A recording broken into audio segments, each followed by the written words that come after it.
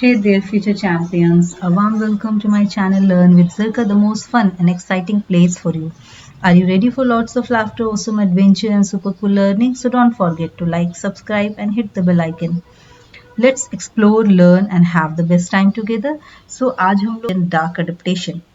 When you pass from a bright lit area to a dark room, जब हम लोग बहुत तेज रोशनी वाली जगह से कम रोशनी वाली जगह पे आते हैं तो हम लोग एक्सपीरियंस करते हैं you experience difficulty in seeing objects for a short while. तो जैसे बहुत तेज रोशनी से कम रोशनी वाली जगह पे आते हैं तो कुछ वक्त लग जाता है हम लोगों को चीज़ों को साफ देखने में।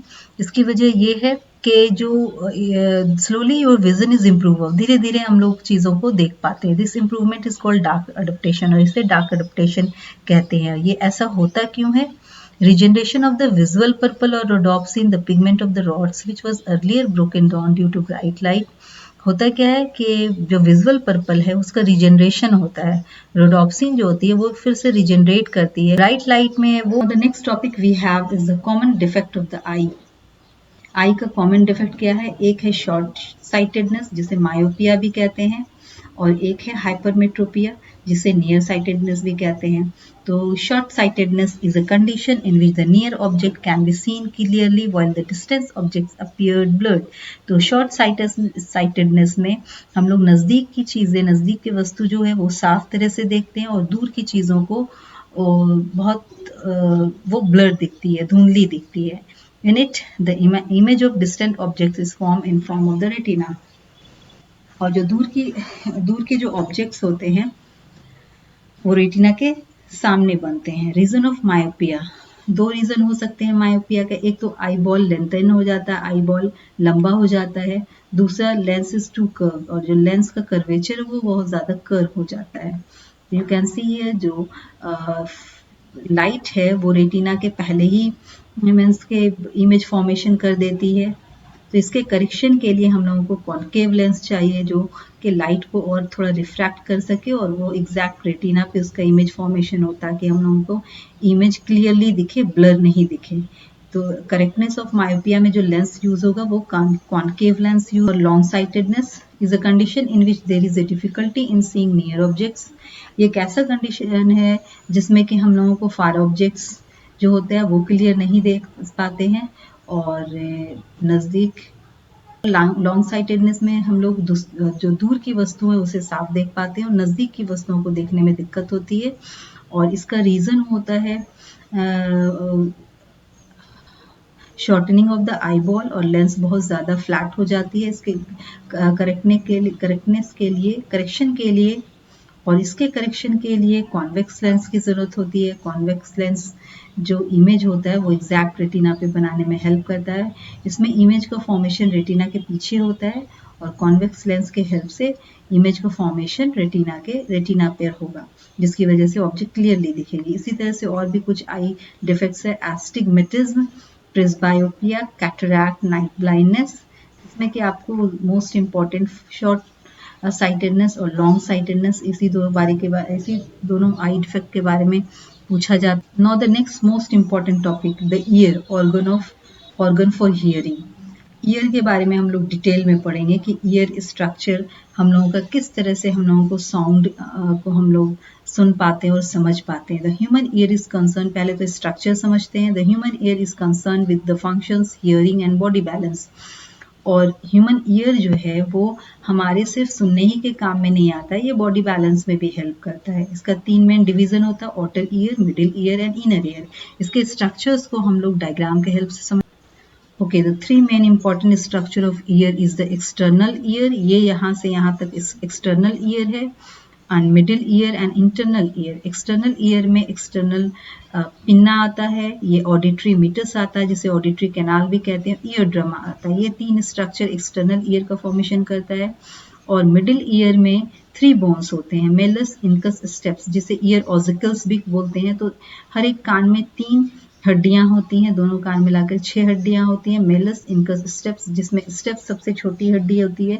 ये ह्यूमन बॉडी में भी स्मॉलेस्ट बोन होती है, मेलस, इनकस एंड स्टेप्स। इसका यहाँ पे नाम दिखाया गया, हैमर, एनविल एंड स्टायरप। और थर्ड स्ट्रक्चर जो है वो है इनर ईयर। इनर ईयर भी 3 इंपॉर्टेंट स्ट्रक्चर्स का बना होता है, ये इनर ईयर को मेम्ब्रेनस लैब्रिंथ भी बोलते हैं। ये मेम्ब्रेनस लैब्रिंथ दो इंपॉर्टेंट स्ट्रक्चर से बना है, एक 3 सेमी सर्कुलर कैनाल और एक स्ट्रक्चर है कॉक्लिया।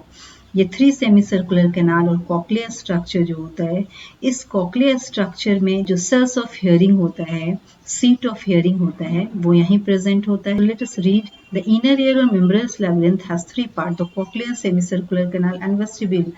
इसमें एक और स्ट्रक्चर वेस्टिब्यूल भी होता है।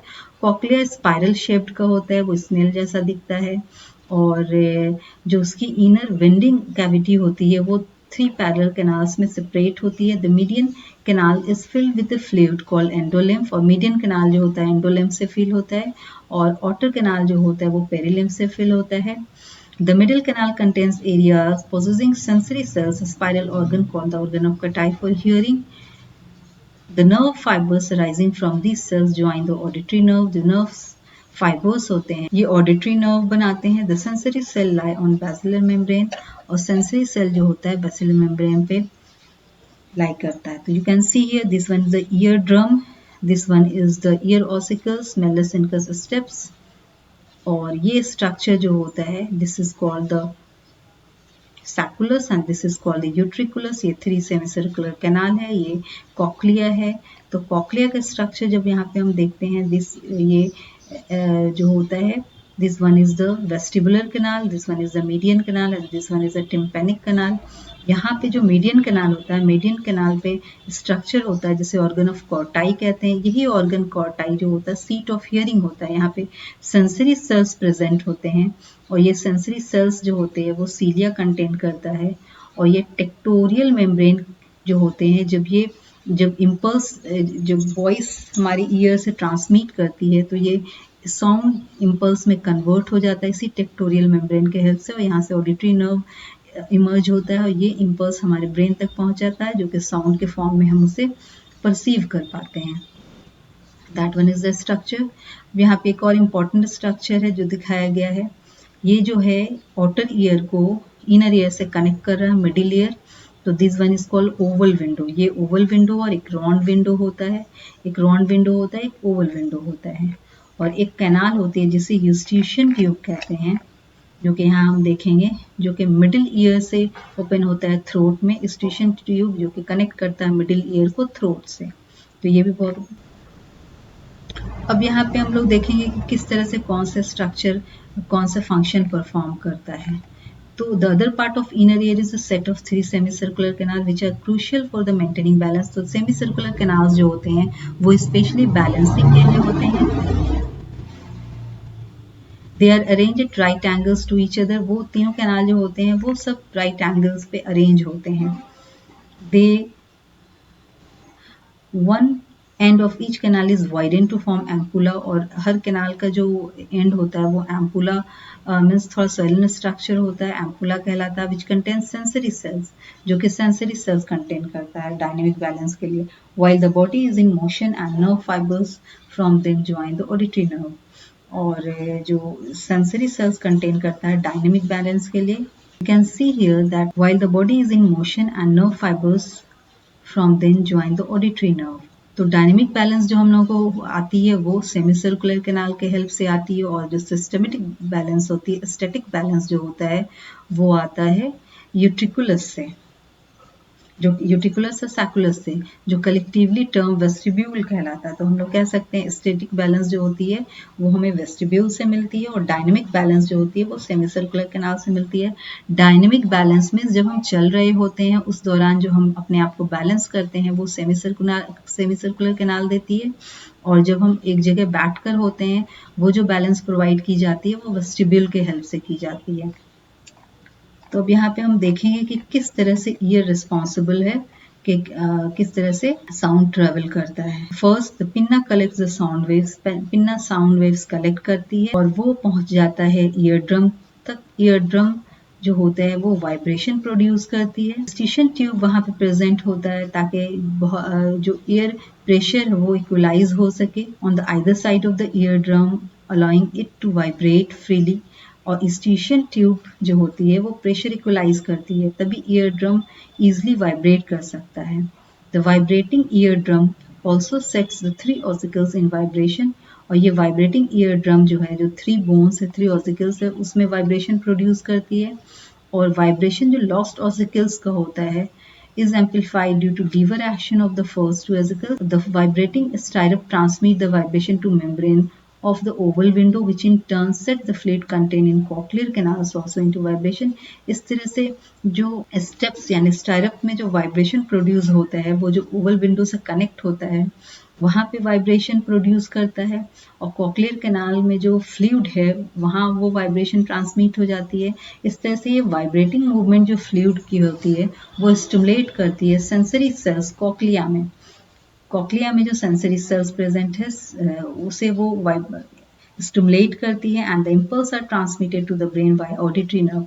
और ये जो इम्पल्स जो होता है वो ट्रांसमिट करता है ऑडिटरी नर्व में। इस तरह से इम्पल्स ट्रांसमिट हो जाता है ब्रेन में और साउंड के फॉर्म में हम उसे सुन पाते हैं। जनरली हमारी जो अब सेंसरी एंडिंग्स डिटेक्ट साउंड्स, हमारी जो सेंसरी एंडिंग्स है वो 20 से 20,000 हर्ट्ज तक के साउंड को डिटेक्ट कर पाती है, with the most sensitive range being 1000 to 4000 तक जा सकता है। The dogs can perceive sounds even high frequency. Dogs जो होते हैं वो बहुत हाई फ्रिक्वेंसी साउंड भी परसीव कर सकते हैं। जैसे हेड डिफरेंट डायरेक्शन में टर्न करता है, जो हमारे सेमी सर्कुलर कैनाल्स में फ्लूइड होते हैं वो शेक हो जाते हैं। The moving fluid in the canals pushes against sensory here.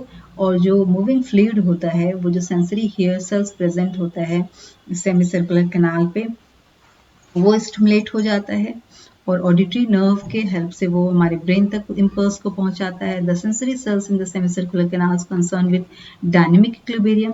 और जो sensory sales semi circular canal पे प्रेजेंट है वो डायनेमिक इक्विलिब्रियम में के लिए कंसर्न होते हैं। जब बॉडी हमारा मोशन में होता है उसके लिए कंसर्न होते हैं। Similarly sensory patches are also located in utriculus. और जो सेंसरी पैचेस एट्रिकुलस और सैकुलस पे प्रेजेंट होता है, जब हम लोग किसी एक जगह पे होते हैं तो उस बैलेंस को वो रेगुलेट करता है।